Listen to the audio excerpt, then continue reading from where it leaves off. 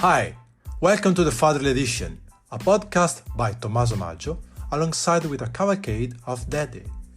Join us!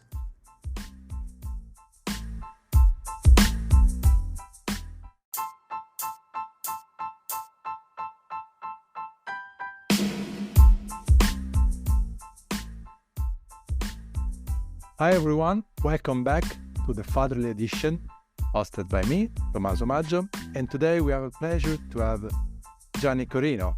Gianni is a university professor at the University of Plymouth, UK, at the Department of Digital Arts and Technology.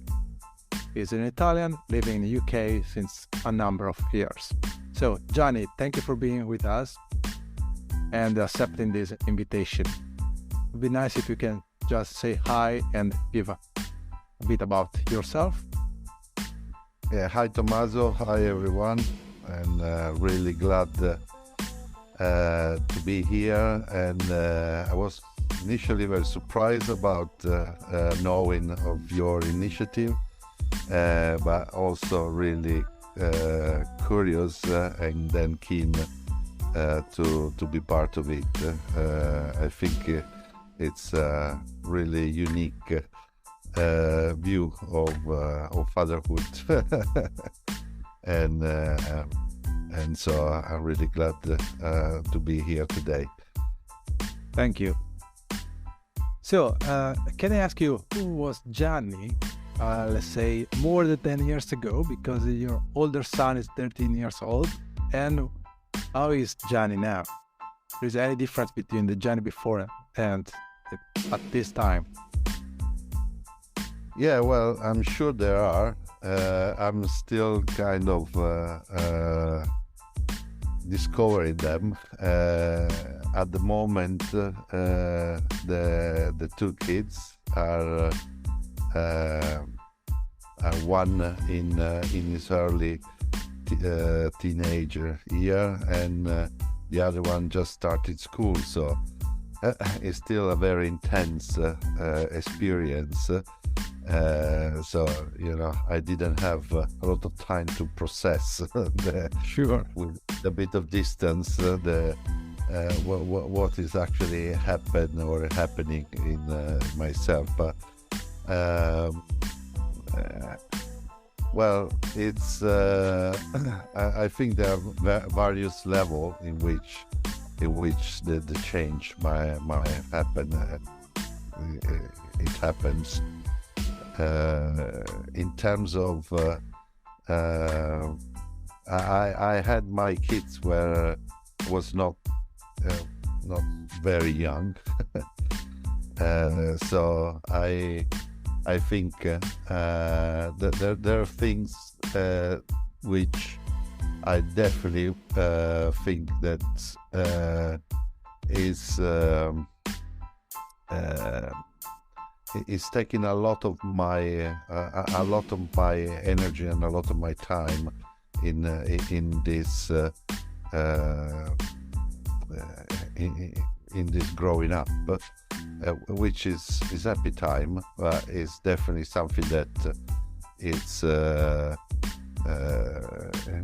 something that you don't kind of put on yourself. So I was very much involved in quite a lot of artistic projects before, and I think that has changed quite a lot after. And in terms of personally, I think that's as kind of deeply affected the way you approach other people, the way you approach life, and the priority that you put in your daily life, in your experience. So I'm as I say, I'm still very much discovering it, but I can see that that's had kind of a deep impact on myself. Thank you for raising up those points. So another question I was wondering, there is anything that you think you had when you were a kid and your children don't have the same opportunity now, or something that you think nowadays somehow is missing? Since you're born in the city of Nutella, what is the main difference between living abroad, no? Because you're living abroad nowadays, you are in UK as Italian. There is any difference that you want to raise up? If they miss something. Yeah. Uh-huh. Well, it's I think they are having a very different experience from the one I had, because they are born. I'm Italian, and my ex-partner is Chinese. So they both born in a country which doesn't belong to any of us originally. It's very different from the environment where either myself or my wife were born. So I think that the experience is clearly different because of the differences in society, in environment, and of course then the difference in time and whatever that means in terms of the changes in the world. Compared to myself, and that's also one of the reasons I came in UK. I think they have much more opportunity and but also some pressure on performing, on kind of almost sort of delivering certain expectation from for a very young age, and they got much more support in a lot of things. I remember I was very surprised when he asked me when my first son asked me to join a football school. I said, well, what's a football school? You learn football just kicking the ball with your friend. So I think they are much more supported in a lot of things, but they got also the pressure of being performing and kind of comply to the expectation of the parents and of society in general. How much that has to do with being in UK, I don't know exactly, but definitely there's an element of it which is not part of the Italian sort of environment where I grew up, which is quite different from UK. But that is one aspect which I already noticed. There might be others, but this is one that immediately strikes me when you ask me. Yes, I think what we can call the experience of your sons they are some of what they call the third culture, no? Because you belong to Italy, your ex-wife partner belongs to China, so they born and raised in a third country, so in a third culture. So probably, as you say, there are a lot of challenges and a lot of pro and cons, so hard to distinguish. And there is any element that you would remember from your childhood, if you compare to how you be a father now, compare how the father was with you, or your parents were with you. There's any similar attitude that you can see? Well, this is a really interesting point that you raise, and it's definitely actually something that connects to the first question about changes that you notice in yourself, because it kind of make you reflect about how you grow up, how was the relationship with your father, and how you are setting up the relationship with your kids today. So yeah, for me, I would say there's many changes. The kind of obvious one are related to sort of more external aspect. My father had not left the school quite early. Didn't have the education after, I think he was 14, and then he started to work.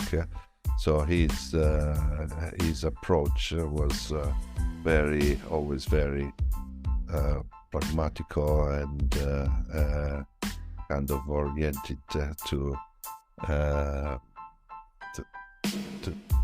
educate you, so you can find a job and you can provide for the family yourself, right? Yes, and the family as well. A very Catholic sort of education, and this is something that I hope I left quite open for my kids to discover, to find out, without kind of imposing any particular sort of direction, neither sort of in life or in other aspect connecting to life. So that was something that consciously I kind of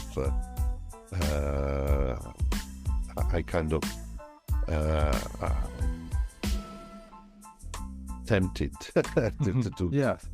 To do it differently, or to do it slightly different. Not that what I experienced was bad, but it was something that it is sort of becoming embodied in yourself, and I didn't want that to happen to them from the early stage. I want them to kind of freely decide on certain aspect, and then I think is in the relationship that you have between a father and the kids. I think this is also quite different because of the kind of different time and different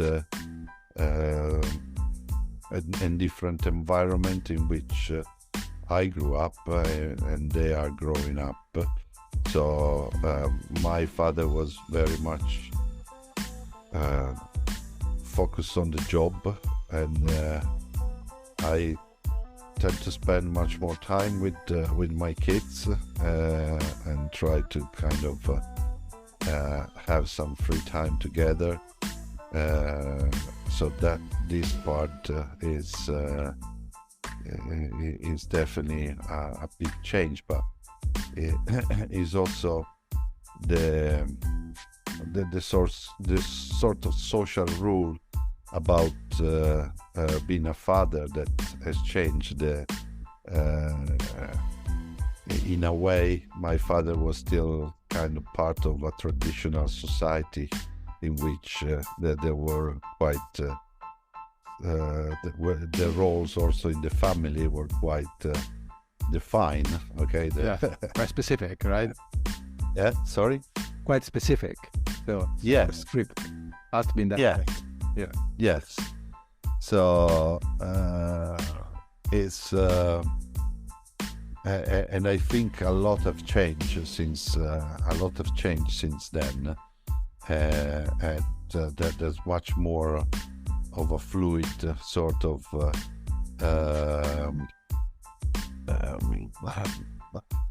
a fluid way of managing the roles of father and mother nowadays, and so that is important in terms of to become a sort of role model. Also, this part probably is something that I reflected a lot in my personal experience and in what I could then put into myself being a father as well. Okay, but so this is these are things that you constantly reflect upon. I also think that it make you being a father, it kind of make you re-evaluate certain experience that you have as a kid and certain things that you didn't understand at the time or you didn't value at the time properly, and now that you are on the other side, you can actually understand in their more comprehensively. Yes, so the new perspective somehow, no? A new perspective that is not new, but is new to us as being father. So give us the opportunity to review something that maybe we don't spend too much time about, or we don't think too much when, of course, we were much younger. And now, as I say, things change, and perhaps your perception about things has changed in some aspect. Is it relevant to what you say, that you notice what was a certain path and you try to what was possible to avoid? So it's not, you try to see how we can, because somehow you have the time to reflect what you're doing as father, right? Time to time, because time is always athletic, but it's good sometimes to have time to reflect. Actually, thanks for raising up all this point. Actually, you answer, I would say, all the question already. But it's a good thing. I would like to ask you, because you say before that nowadays is more fluid, the idea of mom and fathers. So there is any preconception about what a daddy, a father should be nowadays? Or did you encounter any preconception along the way nowadays? UK or Italy or whatever? Well, if we're looking at I don't think it's fully understood, or we fully understand what the role of father has become or is nowadays, because I think it's by having more time to spend with the kids, by being more in contact with them, with their present and the planning of their future, that in the past, particularly how my father was involved in my life, I think it's much more complex, and it probably doesn't appear like in the past, was not very evaluated or accounted how much the role of a mother was in a family, in growing up the kids. I think now that is partially shifting, so I think we need to give credits to the father that have gained a much more of a central role in the kids' life, especially more on a daily basis that in the past, and so that I think could be in certain things could be a preconception to kind of still that is still in place, that it might not be true anymore, that the father is just the one that provides for the family and very focused on his career and on his profession, and not involved into the daily sort of growing of the kids, especially, as I say, compared to my personal experience. So that I would say that is a preconception that could be still to be accounted properly, Right. and might be recognized in the future.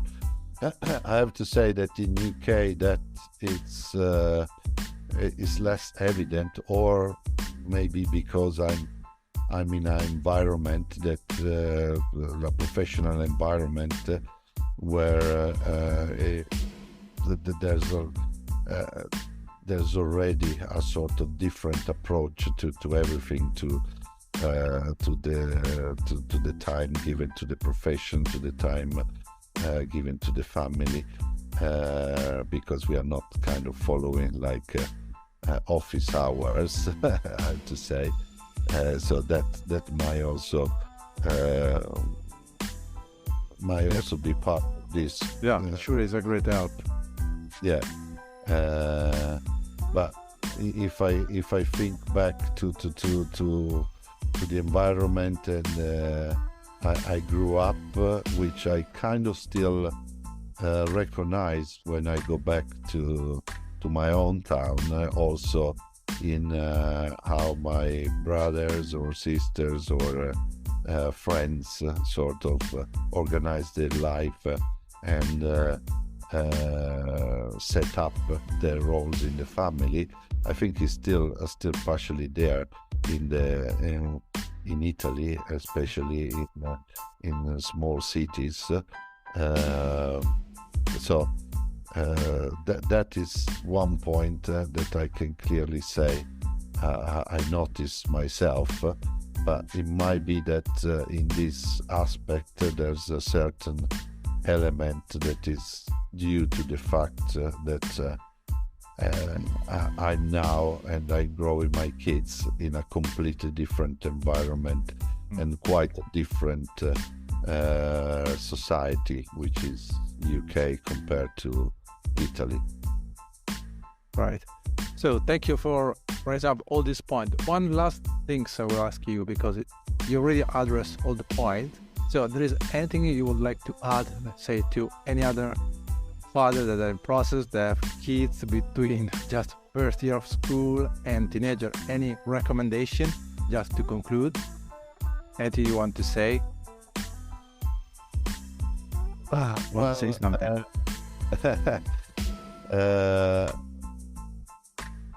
Well, one thing is that it's a hard job, but it's a job like you rightly pointed out also in the kind of question that you ask. It's a life-changing thing. It's a life-changing experience. And I remember always a colleague of mine, a very nice guy, that when we were talking about other people, they say, oh, what they know about life, they only kind of spend times with their dogs. Meaning that if you have kids, that is actually making you looking at life in a very different way, under many different aspects, personal aspect, professional aspect, and so that is in a way something to be conscious of, not as the fact that it's a big responsibility, but in the sense that is something that is enriching for us, and is enriching for the kids. So it's something that we should do with with happiness and fun and a lot of love on both sides. Fantastic. I will not add anything more because it's perfect. So thank you, Gianni, for being with us today, and we'll catch up soon again. Thank you. Thank you, Tommaso. Have a good day. Bye, everyone. Bye. Bye.